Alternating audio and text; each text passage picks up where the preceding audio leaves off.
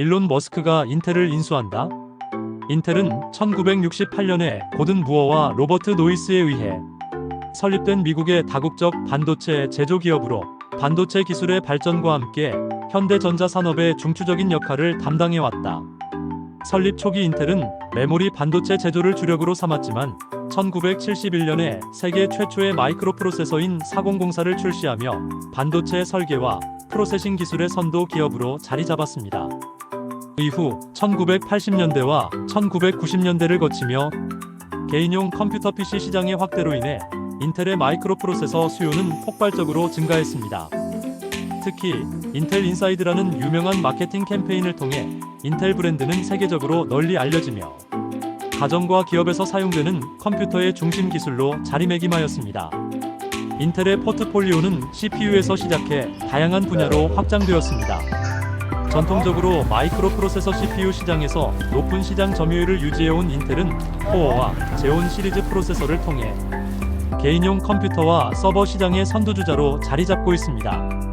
최근에는 고성능 컴퓨팅과 인공지능 분야에서도 강력한 입지를 다지고 있으며 특히 데이터 센터용 칩 개발에 상당한 투자를 진행하고 있습니다. 그래픽 처리 장치 분야에서는 아크 시리즈를 통해 엔비디아와 AMD에 도전하며 독자적인 시장을 형성하려는 노력을 기울이고 있습니다. 또한 네트워크 장비와 메모리 제품 옵테인 메모리를 통해 엣지 컴퓨팅 및 클라우드 컴퓨팅 인프라를 지원하는 기술을 제공하고 있습니다.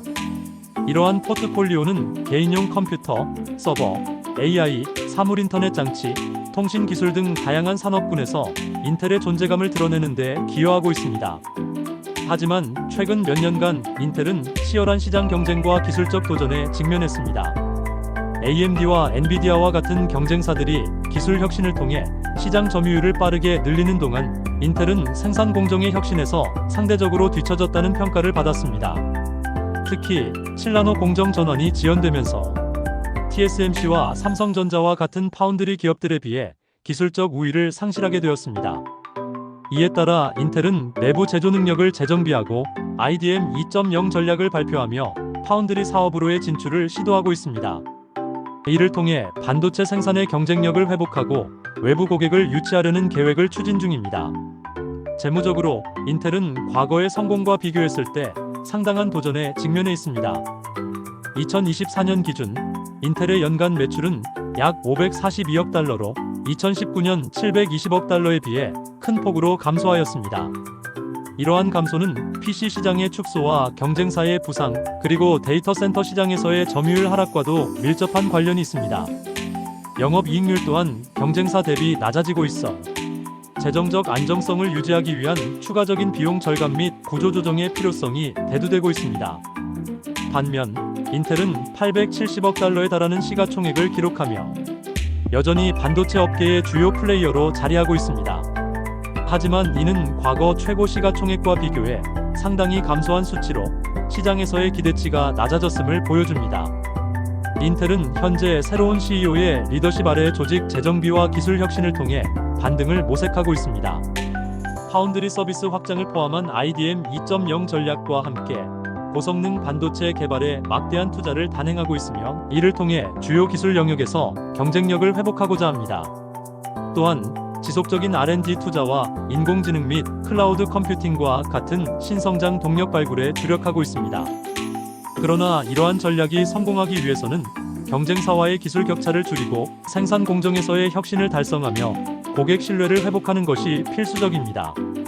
동시에 글로벌 반도체 시장의 공급망 문제와 미국과 중국 간의 기술 갈등 등 외부 변수도 인텔의 미래에 중요한 영향을 미칠 것입니다. 결론적으로 인텔은 과거의 영광을 되찾기 위해 중요한 전환점을 맞이하고 있습니다. 반도체 기술 혁신의 선두주자로 자리매김했던 기업으로서의 명성을 유지하기 위해 인텔은 빠른 기술적 도약과 전략적 투자를 통해 현재의 도전을 극복해야 합니다. 동시에 포트폴리오 다각화를 통해 데이터 중심의 미래 산업에서 핵심적인 역할을 지속적으로 수행할 가능성이 있습니다. 그러나 이는 내부 조직의 변화와 외부 시장 환경의 불확실성을 효과적으로 관리하는 데 달려 있습니다. 만일 일론 머스크가 인텔을 인수한다면 그의 기존 비즈니스와 연계해 매우 흥미롭고 전략적인 시너지 효과를 창출할 가능성이 큽니다.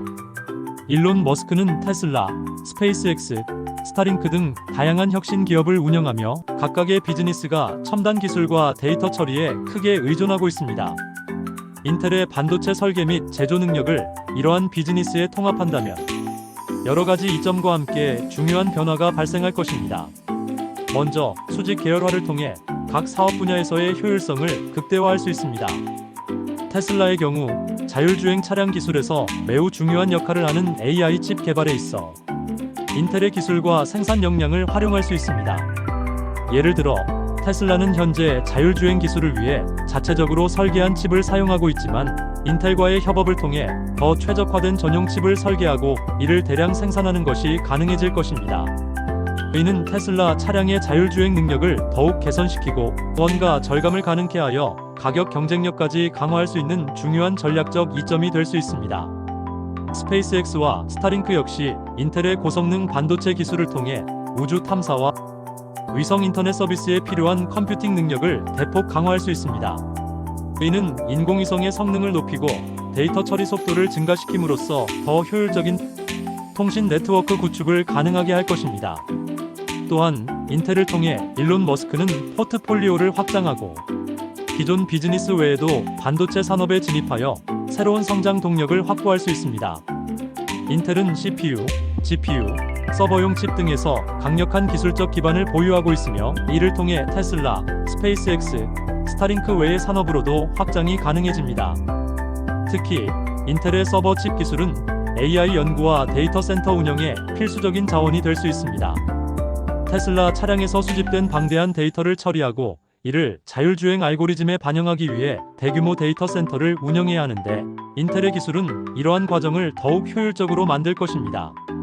클라우드 컴퓨팅과 엣지 컴퓨팅에서도 인텔의 기술을 활용해 테슬라 차량과 스타링크 서비스를 지원하는 데이터 기반 인프라를 구축할 수 있습니다. 일론 머스크의 혁신적인 접근 방식과 인텔의 R&D 역량이 결합되면 기술 혁신의 속도를 한층 더 가속화할 가능성도 큽니다. 예를 들어 반도체 제조 기술의 첨단화를 통해 5나노 이하의 반도체를 개발하고 이를 테슬라와 스페이스X의 장비에 적용함으로써 에너지 효율성을 극대화하고 성능을 향상시킬 수 있습니다. 이러한 기술 개발은 테슬라 차량의 배터리 수명을 늘리고 성능을 개선하며 스페이스X의 우주 탐사 장비의 크기와 무게를 줄이는 데 기여할 수 있습니다. 이는 일론 머스크가 항상 강조하는 지속 가능한 미래를 위한 기술 혁신과도 맥락을 같이 합니다. 또한 인텔을 통해 일론 머스크는 IT 및 반도체 산업의 거대 기업들과 직접 경쟁할 수 있는 발판을 마련할 수 있습니다. 애플, 구글, 아마존 등은 각각 자체 칩 설계를 통해 독립성과 기술력을 강화하고 있는 상황에서 인텔의 인수는 일론 머스크에게 이들과 동등한 경쟁력을 제공할 수 있습니다. 그는 이를 통해 테슬라와 스페이스X가 더 이상 외부 공급망에 의존하지 않고 자체 기술력을 강화할 수 있도록 할 것입니다. 이는 생산비 절감뿐만 아니라 공급망 안정성을 확보하는 데도 중요한 역할을 할 것입니다. 하지만 이러한 전략에는 상당한 도전과 리스크가 따릅니다. 첫째, 기존 인텔의 구조와 일론 머스크의 비즈니스 철학을 조화시키는데 큰 어려움이 있을 수 있습니다. 인텔은 이미 전통적인 반도체 제조 기업으로 자리 잡고 있으며 일론 머스크의 급진적이고 혁신적인 접근 방식을 수용하는데 시간이 걸릴 수 있습니다. 둘째, AMD, TSMC, 엔비디아와 같은 강력한 경쟁자들과의 경쟁에서 시장 점유율을 확보하는 것은 쉬운 일이 아닙니다. 특히 현재 반도체 시장은 치열한 경쟁과 빠른 기술 변화로 인해 새로운 진입자가 성공하기 어려운 환경입니다. 마지막으로 이러한 인수는 반독점 규제와 같은 법적 문제를 유발할 가능성도 있습니다. 자동차, 우주산업, 반도체 산업의 결합이 각국 정부에 의해 면밀히 검토될 것이며 이는 인수 과정에서 주요 장애물이 될 수 있습니다. 결론적으로 인텔을 인수한다면 일론 머스크는 기존 비즈니스의 수직 계열화를 통해 효율성을 높이고 반도체 기술을 활용해 새로운 성장 동력을 창출할 수 있는 기회를 얻게 될 것입니다. 동시에 그의 비즈니스 포트폴리오는 한층 더 다양해지고 강력해질 것입니다. 그러나 이러한 전략이 성공하기 위해서는 인텔의 기존 구조와 시장 환경을 효과적으로 조정하고 규제 및 경쟁 문제를 잘 관리해야 할 것입니다. 과연 일론 머스크가 인텔의 새로운 구원 투수가 되어 인텔을 살릴 수 있을까요? 구독과 좋아요는 행복입니다.